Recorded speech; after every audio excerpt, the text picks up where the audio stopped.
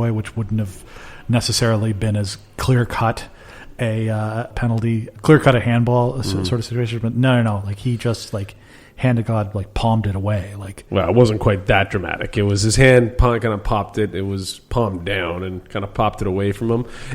Here's my quick take on it. In the VAR standard that we have today, and keeping with precedent, it is a handball that should have been a penalty. When I've complained about that 5 years ago, seeing a replay on TV and like, oh, the referee missed that, I'm like, whatever. Barely affected the ball, barely made any difference. Who cares? Let it go.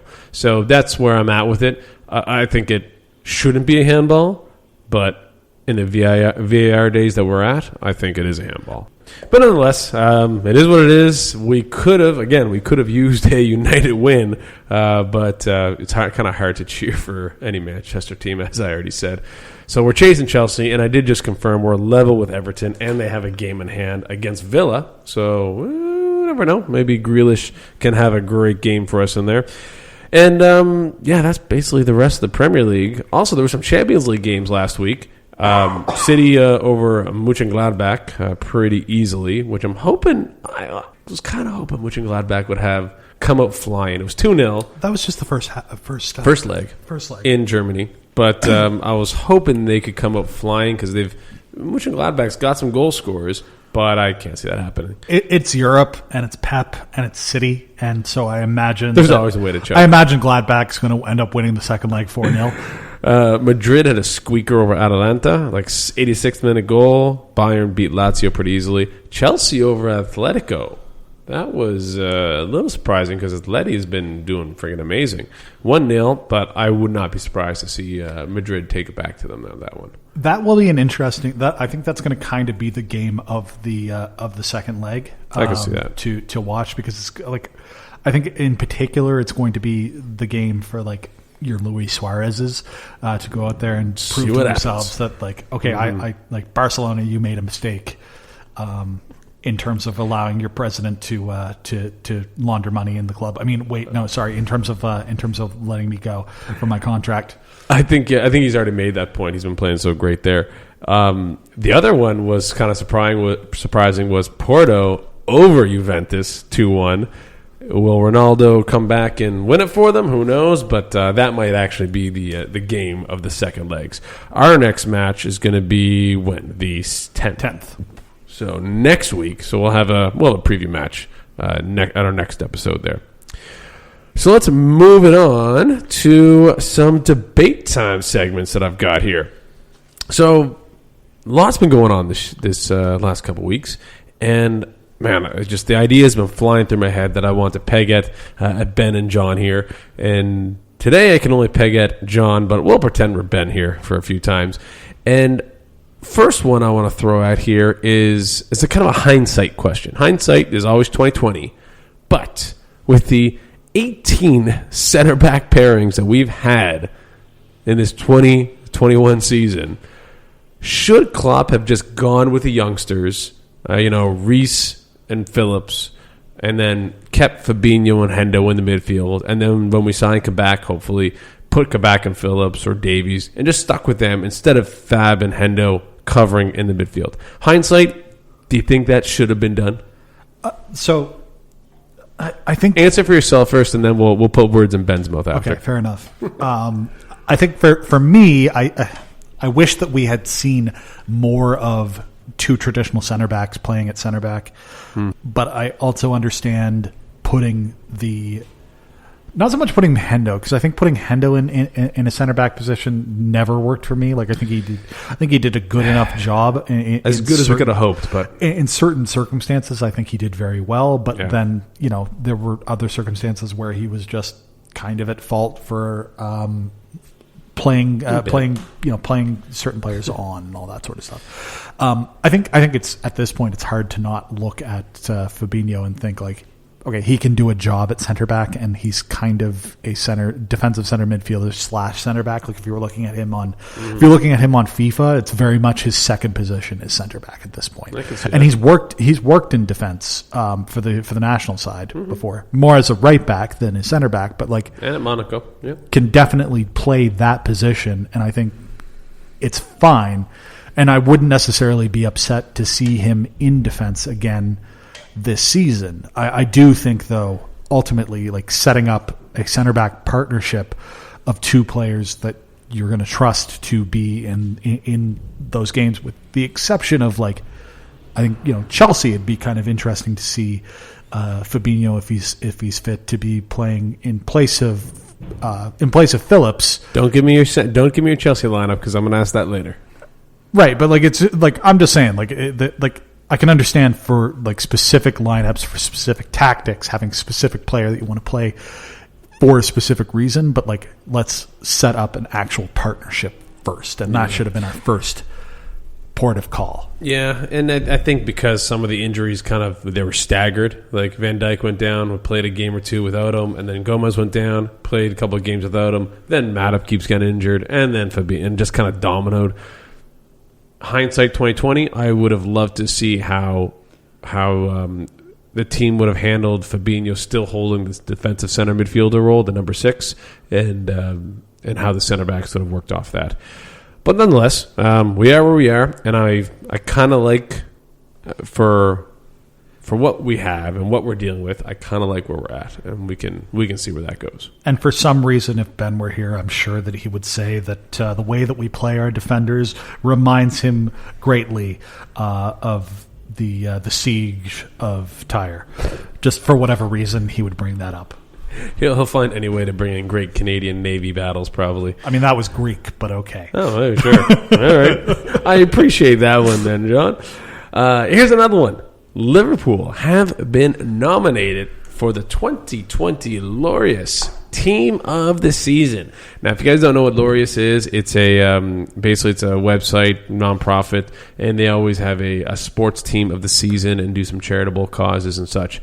Last year's winner, oh geez, I had this written down. I forget who it was now, but the 2019 winner. But this year, the 2020 nominees were Liverpool, Bayern Munich, the Los Angeles Lakers, the Kansas City Chiefs, Mercedes-AMG Petronas, or the Argentinian national rugby team. And I believe the announcement will come out in the coming weeks on who wins this award. And I think Liverpool's got a legit chance, because going from Champions League to Premier League is a pretty big deal.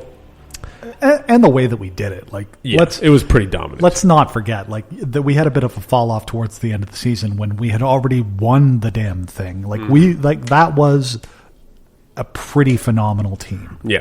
Now, so the question I would throw to John and Ben here and myself is, who would your team of the season be globally, or one of those teams, or would you go off board? So, John, I'll let you speak for Ben first if you got one handy.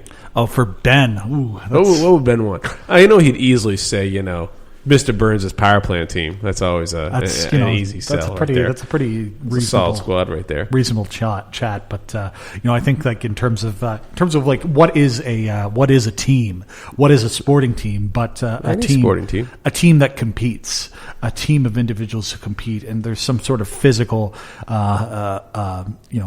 component to it. I think that he ultimately would say his own pipe band.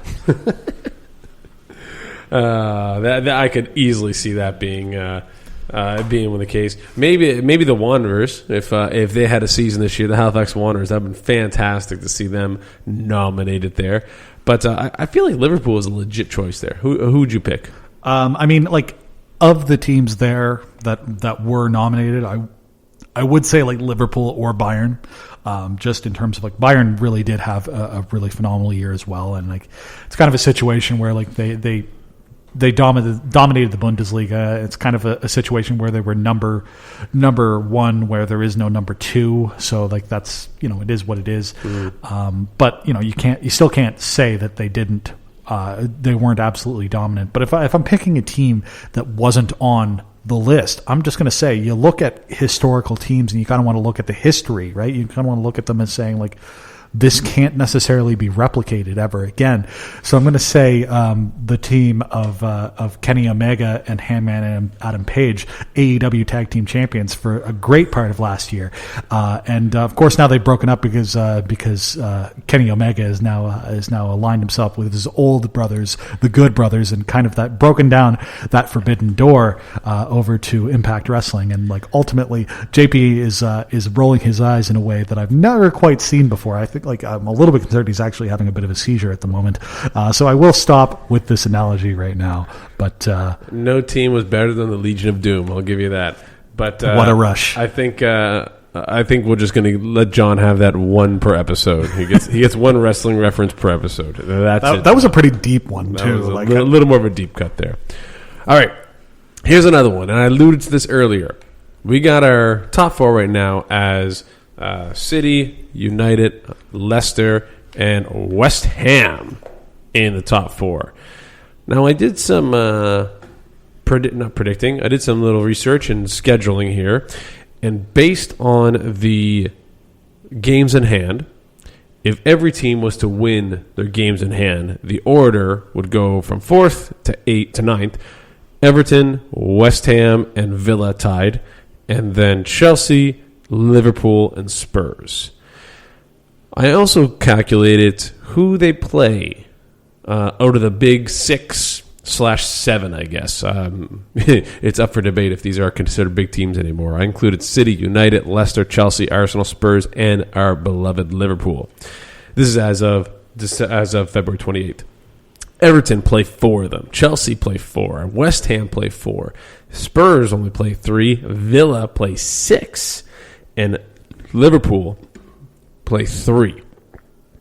So based on that, John, who do you think's got the best schedule moving forward and the best chance to get into that top 4 based on that schedule we got left here?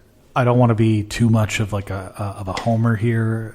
I don't want to have like red tinted glasses, but I really, really do like our chances going into the back half of the season. I think Liverpool are in a position right now where they've, okay, yes, it is beating the worst team in the league. It is a situation where we lost tragically to our hometown rivals. I think it is a situation though where like we're able to parlay both of those recent results into, okay, here's what we're going to do the rest of the season. Every game is a cup final. We're going to have a bit more solidity in the back half of the season in terms of the players that we have available to us. We've got the likes of Milner coming back and an option either to start and play 60 minutes or to come off the bench. We've got a situation where we can play. Honestly, I think he's kind of got the best chance to prove himself to be a reasonable player for the club in terms of Naby Keita. He had a good 10 minutes he played. Yeah, it was 10 minutes, but like it was nice to see him, and I think he did show why he is still in Klopp's plans in terms of Naby Keita.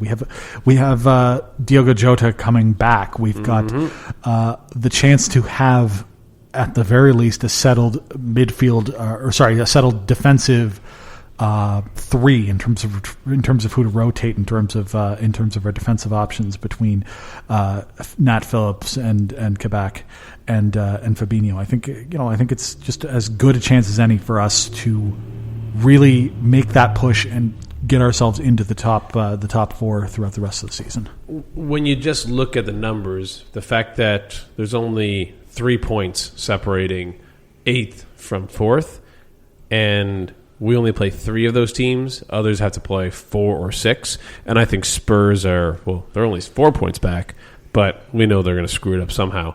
So I think Liverpool, I agree. I think they got a great chance with some of the bodies coming back and hopefully some consistency in the back line. I think we could make a strong push to get into that top 4, which we've all agreed that would be a notable accomplishment. A win in a lot of ways. Yeah. And like we said this at the beginning a couple episodes ago, if you would tell us that all these injuries, all the stuff that's happened to Liverpool this season, would you take a top 4 finish? I think most of us would say, yeah, let's take it and run. Winning the league is pretty difficult at this point with dealing what we did. Let's mix it up a little bit, though. Club physio Chris Morgan tweeted against the fans and pundits, blaming the Liverpool medical team for the lack of fitness and injuries this year. Do you agree, disagree, or give me a fuck yeah or a hell no that Liverpool's